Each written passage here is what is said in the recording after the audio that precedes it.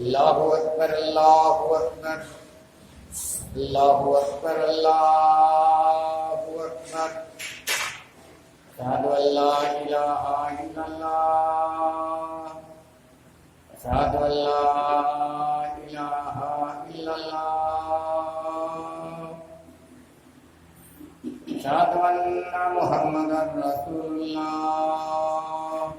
اشہد ان محمد رسول اللہ یا آل السلام یا آل السلام یا آل الفلاح یا آل الفلاح اللہ اکبر اللہ اکبر لا الہ الا اللہ.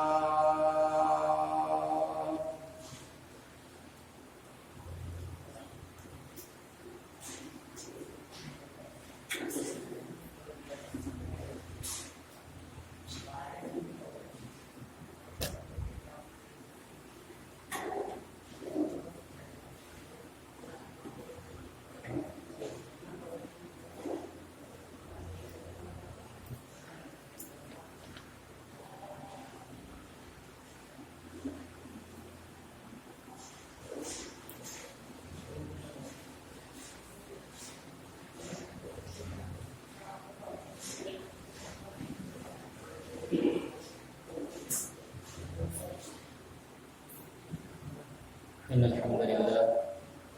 نحمده ونستعينه ونستغفره ونعوذ بالله من شرور أنفسنا ومن سيئات أعمالنا من يهده الله فلا مضل له ومن يضلل فلا هادي له وأشهد أن لا إله إلا الله وحده لا شريك له وأشهد أن محمدا عبده ورسوله أما بعد فإن خير الحديث كتاب الله وخير الهدي هدي محمد صلى الله عليه وسلم وشر الأمور محدثاتها وكل محدثة بدعة وكل بدعة ضلالة وكل ضلالة في النار. أعوذ بالله من الشيطان الرجيم بسم الله الرحمن الرحيم. يا أيها الذين آمنوا اتقوا الله حق تقاته ولا تموتن إلا وأنتم مسلمون. يا أيها الناس اتقوا ربكم الذي خلقكم من نفس واحدة وخلق منها زوجها وبث منهما رجالا كثيرا ونساء واتقوا الله الذي تساءلون به والأرحام إن الله كان عليكم رقيبا. يا أيها الذين آمنوا اتقوا الله وقولوا قولا سديدا يصلح لكم أعمالكم ويغفر لكم ذنوبكم ومن يطع الله ورسوله فقد فاز فوزا عظيما. بسم الله الرحمن الرحيم. يا أيها الذين آمنوا كتب عليكم الصيام كما كتب على الذين من قبلكم لعلكم تتقون أياما معدودات فمن كان منكم مريضا أو على سفر فعدة من أيام أخر وعلى الذين يطيقونه فدية طعام مسكين فمن تطوع خيرا فهو خير له وأن تصوموا خير لكم إن كنتم تعلمون. رب اشرح لي صدري ويسر لي أمري واحلل عقدة من لساني يفقهوا قولي. رب زدني علما رب زدني علما رب زدني علما. تمام قسم کی تعریفات وحدہ لا شریک خالق کائنات مالک ارض و سما کے لیے ہیں اور لاکھوں کروڑوں درود و سلام ہو اس ہستی اقدس و مقدس پر جن کا نام نامی اسم گرامی محمد اکرم صلی اللہ علیہ وسلم ہے. وہ ذاتی مقدسہ مبارکہ مطہرہ رب العزت نے جنہیں رحمت کائنات بنا کر بھیجا اور جن کے ذریعے اہل کائنات کی ہدایت اور ان کی رہبری کا بندوبست فرمایا. محمد رسول اللہ صلی اللہ علیہ وسلم اس دنیا میں اللہ کے آخری نبی آخری رسول بنا کر مبعوث کیے گئے جنہوں نے دنیائے انسانیت کے سامنے ایک مکمل نظام زندگی اور ایک مکمل نظام حیات پیش کیا ہے۔ قرآن نے اسے اسلام سے تعبیر کیا ہے، ان دین عند اللہ الاسلام، کہ اللہ تعالیٰ کے نزدیک دین صرف اسلام ہے، اور اسلام کے علاوہ جو بھی دین اور مذہب اس دنیا میں پایا جاتا ہے اللہ رب العالمین کے نظر میں اسے کوئی حیثیت اور درجہ حاصل نہیں ہے۔ محمد رسول اللہ صلی اللہ علیہ وسلم کے نبی بننے کے بعد تمام انسانوں کے لیے ضروری ہے کہ ان کی لائی ہوئی شریعت پر ایمان لائے،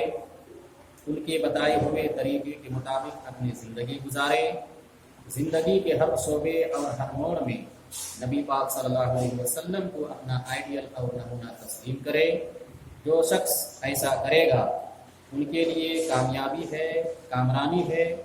دنیا میں بھی اور آخرت میں بھی، اور جو شخص اس سے ہٹ کر زندگی گزارے گا ان کے لیے ناکامی ہے، نامرادی ہے، ہلاکت و بربادی ہے، دنیا میں بھی اور آخرت میں۔ قرآن کریم سے جو آیت کریمہ تلاوت کی گئی ہے انشاءاللہ تعالی کسی کے ذمے میں گفتگو ہوگی۔ پچھلے خطبے میں رمضان المبارک کے مہینے کی آمد کے تعلق سے گفتگو ہوئی تھی، انشاءاللہ تعالی آج کے خطبے میں بھی انہی باتوں پر گفتگو ہوگی۔ تو آئیے سب سے پہلے قرآن کریم کی آیت جو ہم نے تلاوت کی ہے اس کا ترجمہ پہلے ہم سنتے ہیں، اور ترجمے کے ساتھ ساتھ ان کی تشریح اور توضیح کو بھی ہم سنتے چلے جائیں۔ تو رمضان المبارک کے مہینے کے تعلق سے کیا کچھ اللہ رب العالمین نے ہدایات دی ہیں وہ ہمیں اور آپ کو معلوم ہے۔ اللہ رب العالمین بیان فرماتا ہے، یا ایھا الذین آمنوا کتب علیکم الصیام کما کتب علی الذین من قبلکم لعلکم تتقون، اے وہ لوگوں جو ایمان لائے ہو، اہل ایمان سے خطاب کیا گیا ہے، اے وہ لوگوں جو ایمان لائے ہو، تمہارے اوپر روزے فرض کیے گئے ہیں جس طرح سے تم سے پہلے کے لوگوں کے اوپر یہ روزے فرض کیے گئے، جس طرح سے تم سے پہلے کے لوگوں کے اوپر یہ روزے فرض کیے گئے تھے اسی طرح تمہارے اوپر بھی یہ روزے فرض کیے گئے۔ معلوم یہ ہوا کہ امت محمدیہ سے پہلے بھی جو بھی امتیں آئی ہیں ان کے اوپر بھی روزے فرض تھے، چاہے جس ناحیے سے بھی ان کے اوپر روزے فرض ہوں۔ گنتی اور تعداد کا علم صرف اللہ رب العالمین کو ہے کہ ان کے اوپر کتنے روزے فرض تھے۔ امت محمدیہ میں اللہ رب العالمین نے ایک مہینے کا روزہ فرض کیا ہے، یہ تو سب کو معلوم ہے کہ رمضان کے مہینے میں مکمل ایک مہینہ روزہ رکھنا ہے،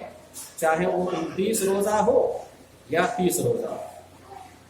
یا ایھا الذین آمنوا کتب علیکم الصیام کما کتب علی الذین من قبلکم لعلکم تتقون۔ اللہ رب العالمین نے وجہ اور علت بھی بیان کی ہے، حکمت بھی واضح کیا ہے کہ تم جب روزہ رکھو گے جو تمہارے اوپر فرض کیے گئے ہیں تو تم متقی بن جاؤ گے، پرہیزگار بن جاؤ گے، تقوی والا بن جاؤ گے، اللہ سے ڈرنے والا بن جاؤ گے۔ یہ اللہ رب العالمین نے حکمت بیان کی ہے، اور پچھلے خطبے میں میں نے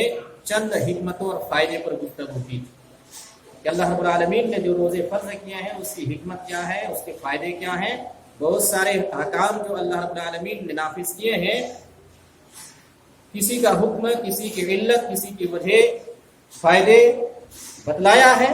اور کسی کا نہیں بھی بتلایا ہے۔ بس ہمارا ایمان ہے اللہ رب العالمین کے ذات پر، محمد رسول اللہ صلی اللہ علیہ وسلم پر، کہ جو کچھ ہمیں حکم دیا جا رہا ہے من وعن ہمیں ویسے ہی اس کو تسلیم کرنا ہے، ہمیں اس میں حکمتوں کو اور فائدوں کو تلاش کرنے کی ضرورت نہیں ہے۔ ہاں اگر فائدے ہم کو معلوم ہو جاتے ہیں، حکمتیں ہم کو معلوم ہو جاتی ہیں تو اچھی بات ہے، اگر فائدے اور حکمت ہم کو معلوم نہیں ہو پاتے تو ہم کو اس میں قرید کرنے کی ضرورت نہیں ہے کہ اس کا فائدہ کیا ہے، اس کی حکمت کیا ہے، پھر جا کے وہ کام ہم کریں گے۔ شریعت نے ہمیں اس کا مکلف نہیں بنایا۔ بہرحال لعلکم تتقون، قرآن نے کہا ہے کہ تاکہ تم متقی اور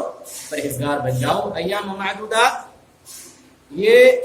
گنتی کے چند دن کے روزے فرض ہیں، پورا سال نہیں۔ ایام معدودات گنتی کے چند دن کے۔ رمضان کا جو مہینہ ہے پورا مہینہ پہلی تاریخ سے لے کر 30ویں تاریخ تک یہ ہمارے اوپر روزے فرض ہیں، چاہے وہ روزہ 29 کا ہو چاہے 30 کا ہو۔ اگر 30 پورے ہو جاتے ہیں تب بھی اتنے ہی نیکیاں ملیں گی، 29 پورے ہوتے ہیں روزے تب بھی اتنے ہی، ایک مہینے کے کیا ہے مکمل نیکیاں ملیں گی۔ تو ایام معدودات اللہ رب العالمین نے بیان فرمایا ہے تو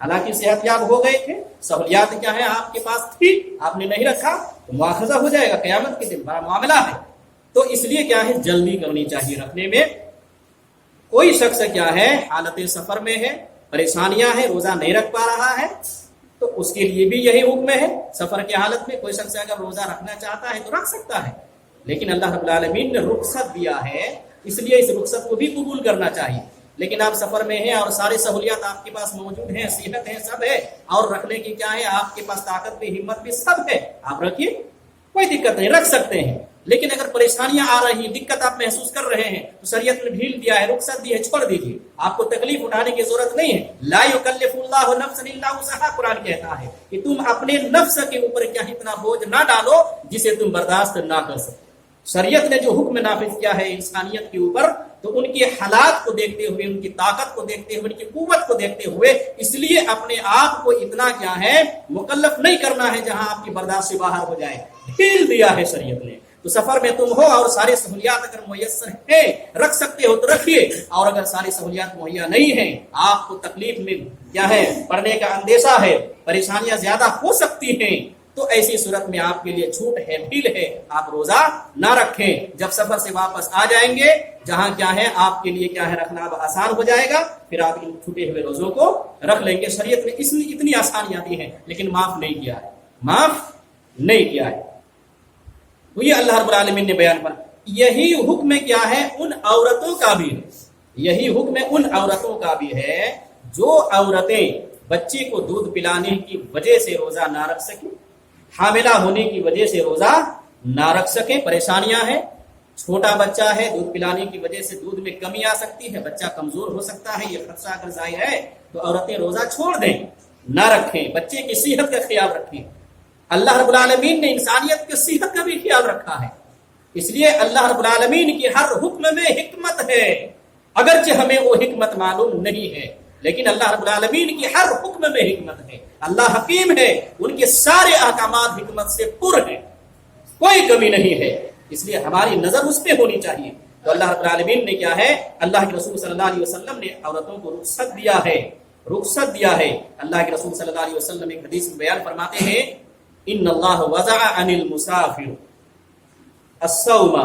اللہ رب العالمین، اللہ کے رسول کہتے ہیں کہ اللہ رب العالمین نے مسافر سے روزے کو کیا ہے ہٹا لیا ہے، رخصت دی ہے۔ وعن الحبلى والمرضع الصوم، اسی طرح سے حاملہ عورت،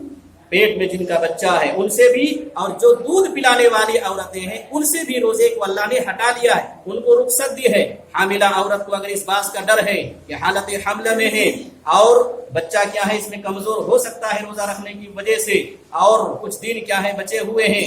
حمل کے وضع ہونے میں، یہ حالات ان کے پاس ہیں، تو اللہ تعالیٰ نے، اللہ کے رسول نے ان کو رخصت دی ہے کہ روزہ نہ رکھیں، چھوڑیں۔ یا اسی طرح سے دودھ پلانے والی عورتیں، دودھ پلانے کی وجہ سے کیا ہے بچہ کمزور ہو سکتا ہے، یہ خدشہ اگر ظاہر ہے، دودھ میں کمی آ سکتی ہے یا کم دودھ ہو رہا ہے وغیرہ، بچے کی صحت میں اثر پڑ سکتا ہے، تو دونوں کو اللہ رب العالمین نے رخصت دی ہے کہ دونوں روزہ نہ رکھیں۔ اللہ کے رسول نے رخصت دی ہے کہ روزہ نہ رکھیں، بعد میں قضا کریں گے، بعد میں قضا کریں گے۔ اللہ کے رسول صلی اللہ علیہ وسلم ایک حدیث میں بیان فرماتے ہیں، حضرت عائشہ رضی اللہ تعالی عنہا کہتی ہیں فَنُؤْمَرْ بِالْقَضَاءِ، اللہ کے رسول صلی اللہ علیہ وسلم ہمیں حکم دیا کرتے تھے، ہمیں اس بات کا حکم دیا جاتا تھا کہ چھوٹے ہوئے روزوں کی ہم قضا کریں گے اور چھوٹے ہوئے نمازوں کی قضا نہیں کریں گے۔ کس صورت میں ہے؟ جب عورت کیا ہے پیریڈ کی حالت میں ہو، خون کی حالت میں ہو، حیض ان کو آ رہا ہو، ماہواری کیا ہے شروع ہے، تو جتنے دن یہ ہوں گے 3 دن 4 دن 5 دن 6 دن، اتنے دن یہ روزہ ان کے لیے کیا ہے قضا ہے، نہیں رکھیں گے، اور اتنے دن کی اگر نماز ان سے چھوٹتی ہے تو نماز معاف ہے۔ عورتوں کے اوپر کیا ہے حالت پیریڈ کی جتنی نمازیں چھوٹ جائے وہ معاف ہے، لیکن روزہ معاف نہیں ہے۔ ان کے بارے میں کہا اللہ کے رسول نے بعد میں ان کو قضا کریں گے، بعد میں ان کو قضا کریں گی، ان کو رکھیں گی۔ تو یہ عورتوں کا جو معاملہ ہے حالت حیض میں، حالت نفاس میں، بچہ ہونے کے بعد جو خون جاتا ہے اس کو کیا ہے نفاس کی حالت کہتے ہیں، نفاس کا خون کہتے ہیں، اس صورت میں بھی یہ روزہ ان کے لیے رخصت ہے، نماز معاف ہے، تو بہرحال یہ بعد میں قضا کر لیں گے۔ تو یہی قرآن کہتا ہے فَمَنْ كَانَ مِنْكُمْ مَرِيضًا أَوْ عَلَى سَفَرٍ فَعِدَّةٌ مِنْ أَيَّامٍ أُخَرَ، قرآن نے بیان فرمایا ہے، یہ ہم نے کیا ہے آپ کے سامنے وضاحت کر دی اس کی۔ آئیے آگے اللہ رب العالمین کہتا ہے وَعَلَى الَّذِينَ يُطِيقُونَهُ فِدْيَةٌ طَعَامُ مِسْكِينٍ فَمَنْ تَطَوَّعَ خَيْرًا فَهُوَ خَيْرٌ وَأَنْ تَصُومُوا خَيْرٌ لَكُمْ إِن كُنتُمْ تَعْلَمُونَ، قرآن کہتا ہے وعلی الذین یطیقونہ، شریعت کا پہلے یہ حکم تھا، شریعت میں اللہ رب العالمین کہتا ہے کہ جو لوگ طاقت رکھتے ہیں اور طاقت رکھنے کے باوجود اگر روزہ نہ رکھنا چاہیں فدیۃ طعام، تو اللہ رب العالمین کہتا ہے کہ ہر مسکین کو ایک کھانا کھلا دینا، ہر روزے کے بدلے میں مسکین کو کھانا کھلا دینا۔ وَأَن تَصُومُوا خَيْرٌ لَكُمْ، روزہ اگر تم رکھ لو تمہارے حق میں بہتر ہے، نہیں رکھ پاتے ہو ہر مسکین کو کھانا کھلانا، یہ قرآن کہتا ہے۔ یہ حکم پہلے کا ہے، اجباری نہیں تھا کہ انسان طاقت رکھنے کے باوجود بھی اگر چاہتا ہم روزہ نہیں رکھیں گے، کسی مسکین کو اس کے بدلے میں کھانا کھلا دیں گے، تو یہ ان کو رخصت تھی، چھوٹ تھی شروعات میں۔ جمہور مفسرین کا یہی کہنا کہ انہیں چھوٹ تھی، رخصت تھی، لیکن بعد میں اللہ رب العالمین نے اس آیت کو منسوخ کیا ہے۔ حکم آیا دوسرا، فمن شہد منکم الشہر فلیصمہ، فمن شہد منکم الشہر، تم میں سے جب چاہے رمضان کے مہینے کو پالے، فلیصمہ، اب ان کے اوپر ضروری ہے کہ وہ روزہ رکھیں۔ قرآن کریم کے اس آیت نے پہلی آیت کو منسوخ کر دیا، اب اجباری کر دیا ہے کہ ہر ایک کے اوپر روزہ رکھنا فرض ہے، معاف کسی بھی صورت میں نہیں ہے۔ لیکن ہاں وہ حکم برقرار رکھا گیا ہے کہ کوئی آدمی اگر بیماری کی وجہ سے روزہ نہیں رکھ سکتا ہے، بڑھاپے کی وجہ سے روزہ نہیں رکھ سکتا ہے، کہ بوڑھا ہو گیا ہے، بوڑھی ہو گئی ہے عورتیں، دوبارہ وہ جوانی کی طاقت نہیں آ سکتی ہے، پریشانیاں ہیں، انہیں احساس ہو چکا ہے کہ دوبارہ ہم جوان نہیں ہو سکتے ہیں، جوانی والی طاقت نہیں آ سکتی ہے، روزہ رکھنے کی قوت دوبارہ ہمارے پاس نہیں آ سکتی ہے، اس کیٹیگری میں اور اس مرحلے میں اگر کیا ہے مرد عورت بڑھاپے کی عمر میں پہنچ جائے تو ان کے لیے روزہ کیا ہے معاف ہے، لیکن کلی معاف نہیں ہے، کلی معاف نہیں ہے، یعنی وہ خود تو نہ رکھیں لیکن ہر روزے کے بدلے میں ایک مسکین کو کھانا دینا، ہر روزے کے بدلے میں ایک مسکین کو کھانا دینا ہے۔ یہی حکم اس مریض کا ہے جو آدمی بیمار ہو جائے اور وہ دیکھے کہ ہم اب دوبارہ شفایاب نہیں ہو سکتے ہیں، لا علاج بیماری جس کو کہتے ہیں، لا علاج بیماری، علاج کراتے کراتے تھک گئے، مایوس ہو کر گھروں میں بیٹھ گئے ہیں، نا امید ہو گئے اپنی زندگی سے، رمضان کا مہینہ آ چکا ہے، روزے ان کے اوپر فرض ہو چکے ہیں لیکن رکھنے کی طاقت نہیں ہے، امید بھی نہیں ہے کہ آئندہ ہم صحت یاب ہو جائے پھر قضا کر لیں ان روزوں کی، یہ امید بھی نہیں ہے، تو ان کے اوپر سے بھی روزہ کو اللہ نے ہٹا لیا ہے کہ روزہ اب تم کو نہیں رکھنا ہے، لیکن ہر روزے کے بدلے میں ایک مسکین کو کھانا کھلانا، معاف نہیں کیا، کسی بھی صورت میں معاف نہیں کیا ہے، روزے نہ رکھیں لیکن ہر روزے کے بدلے میں ایک مسکین کو کھانا دینا ہے، آپ کو بدل ہے، ہر مسکین کو ایک کھانا، آپ کو ہر روزے کے بدلے میں ایک مسکین کو کھانا دینا۔ 30 روزے آپ سے چھوٹ گئے، 30 مسکین کو یا ایک ہی مسکین کو 30 دن کی خوراک آپ مہیا کرائیں ان کو، تو پھر کیا ہے آپ اس گناہ سے بچ جائیں گے۔ اگر آپ ایسا نہیں کرتے ہیں کہ بوڑھا ہو گئے، بوڑھی ہو گئے یا لا علاج بیماری میں آپ مبتلا ہو گئے، خود نہیں رکھ سکتے ہیں لیکن آپ فدیہ نہیں دے رہے ہیں، مسکین کو آپ کیا ہے اس کا معاوضہ نہیں دے رہے ہیں، تو آپ مجرم ہیں، گنہگار ہیں، شریعت کے احکام کی آپ خلاف ورزی کر رہے ہیں، جانتے ہوئے اس کو آپ چھوڑ رہے ہیں، آپ کا ایمان خطرے میں ہے۔ اس لیے کہ ایمان کی اسلام کی جو 5 بنیادیں ہیں ان میں سے کیا ہے یہ 5ویں بنیاد رمضان کے روزے ہیں، یہ واجب ہے رکھنا۔ اگر آپ نہیں رکھ پا رہے ہیں اور مسکین کو بھی فدیہ نہیں دے رہے ہیں تو بڑا معاملہ ہے آپ کے سامنے، اپنے ایمان کا جائزہ لینا پڑے گا۔ اسلام کی 5 بنیادوں میں سے ایک بنیاد کو ہم ڈھا رہے ہیں، اب ہمارا ایمان صحیح سالم ہے یا نہیں ہے، بڑا معاملہ۔ لوگ آسان سمجھے ہوئے ہیں کہ نہیں رکھ پا رہے ہیں، طاقت نہیں ہے، بوڑھا ہو گئے ہیں، بوڑھی ہو گئے ہیں یا لا علاج بیماری میں مبتلا ہے، یہ کہہ کے سائڈ ہو جاتے ہیں اور مسکین کو فدیہ نہیں دیتے ہیں، کھانا نہیں دیتے ہیں روز کے بدلے میں۔ ایسا نہیں، شریعت نے کیا ہے راستہ بتلایا ہے کہ نہیں رکھ سکتے ہیں تو ہر روزے کے بدلے میں مسکین کو کھانا دیجیے۔ آپ دیکھیے کہ ایک دن میں ایک آدمی کتنا کھانا کھاتا، کتنا اس پہ خرچ آتا، یا تو گھر بلا کے مسکین کو آپ کھانا کھلا دیجیے دونوں ٹائم کا، سحری افطار کا، معلوم ہو جائے۔ اگر نہیں ایسا کر پا رہے ہیں تو آپ جوڑیے کہ دونوں ٹائم میں کتنے کیا ہے اس میں لاگت آتی ہے، کتنا خرچ ہوتا ہے کہ ایک آدمی جو ڈیلی کھانا کھاتا ہے